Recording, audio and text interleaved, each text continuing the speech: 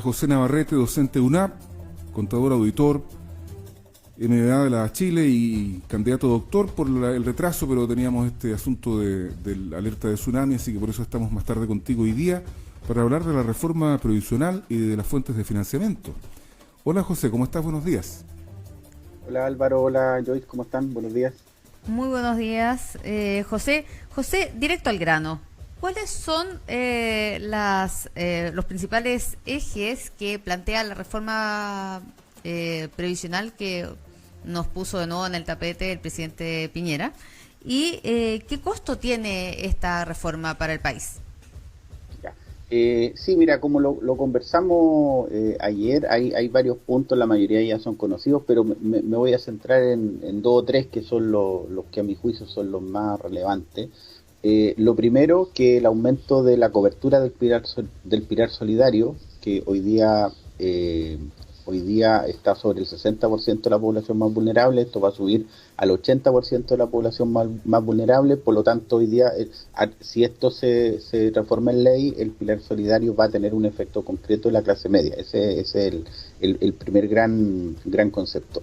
Y lo otro es que hay ciertos mínimos garantizados que antes no estaban, o que hoy día no están. Digamos, el primero es que ninguna pensión puede ser inferior al límite de la pobreza, que está definido en 170.000 pesos, y que una persona con 30 años de cotizaciones no va a poder tener una pensión inferior al sueldo mínimo vigente. Entonces, por un lado tenemos este aumento de la cobertura y por otro lado tenemos también estos mínimos garantizados. Y lo tercero, que es bien relevante, es que se incorporan dentro del mercado de la AFP, se incorporan nuevos actores como por ejemplo AFP o instituciones sin fines de lucro.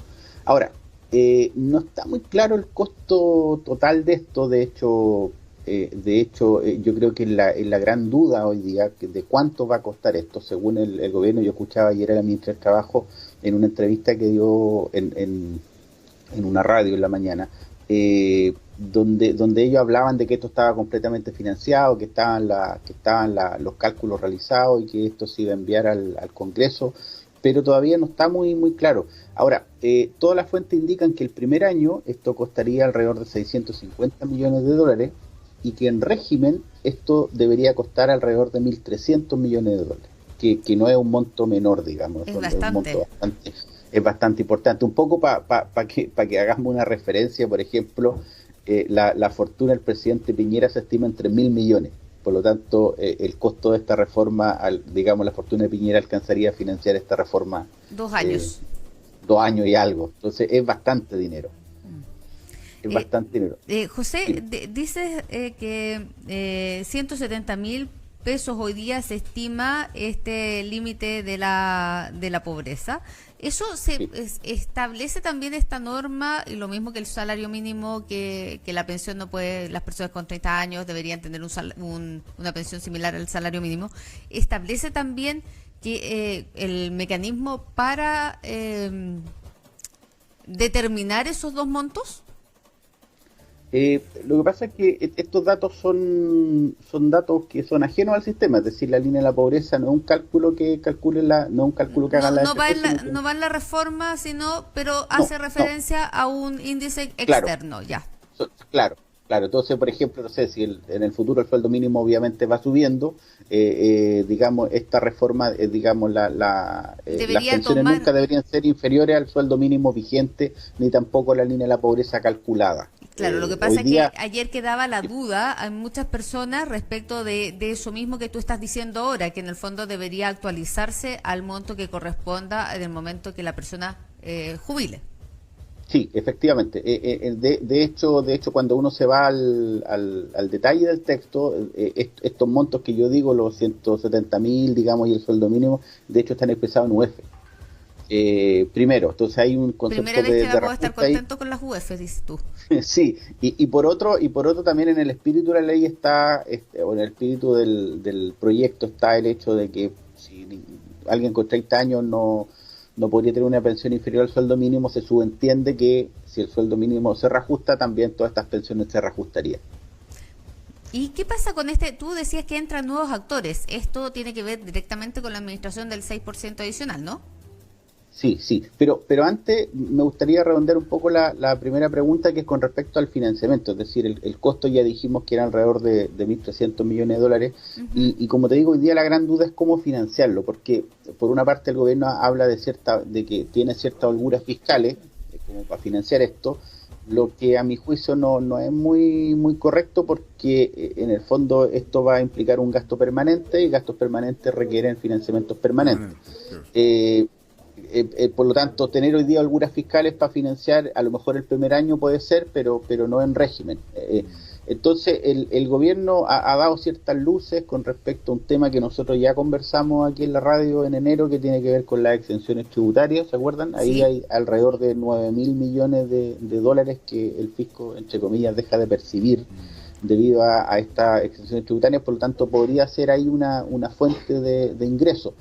Pero también, como lo conversamos en su momento, también eso no es tan sencillo, porque, por ejemplo, una fuente importante de exención tributaria es el impuesto al diésel. Entonces, si el gobierno mañana decidiese eliminar esa exención tributaria, se nos va a generar un problema, porque los transportistas seguramente van a reclamar, y eventualmente, si esa idea perseverara, probablemente ese mayor aumento de costo de los transportistas se va a pasar a precio, ¿no es cierto?, en términos de los fletes.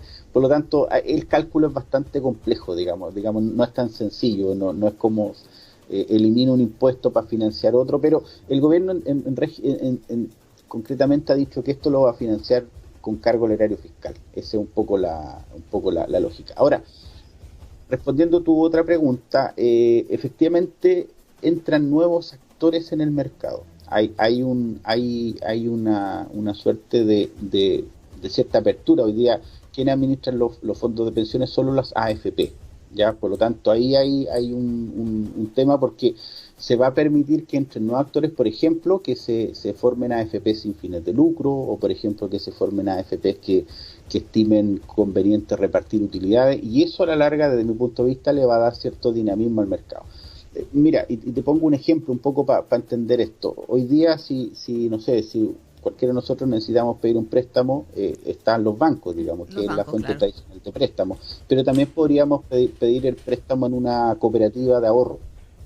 Entonces, y sabiendo que, por ejemplo, que la cooperativa de ahorro no es una institución que no persigue fines de lucro, que, por ejemplo, ellas también reparten utilidades dentro de los cooperados.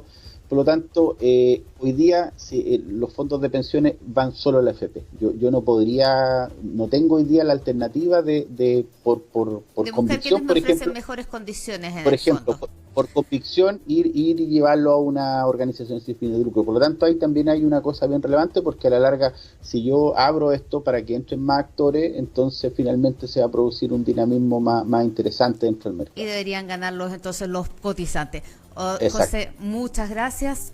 Pese a lo breve del contacto, en realidad aclaramos muchísimas dudas, así que estamos permanentemente contigo. Nos vamos a seguir comunicando para ver y analizar alguna otra importante noticia. José Navarrete, docente de la Universidad Andrés Bello, siempre preclaro, a pesar de lo madrugador que es este contacto, el más madrugador de la radiotelefonía chilena. La economía se habla aquí en Buena Costumbre tempranito y con una lucidez notable. Así que muchas gracias, José, y que tenga un buen día. Bueno, nos vemos, que tengan un buen día ustedes.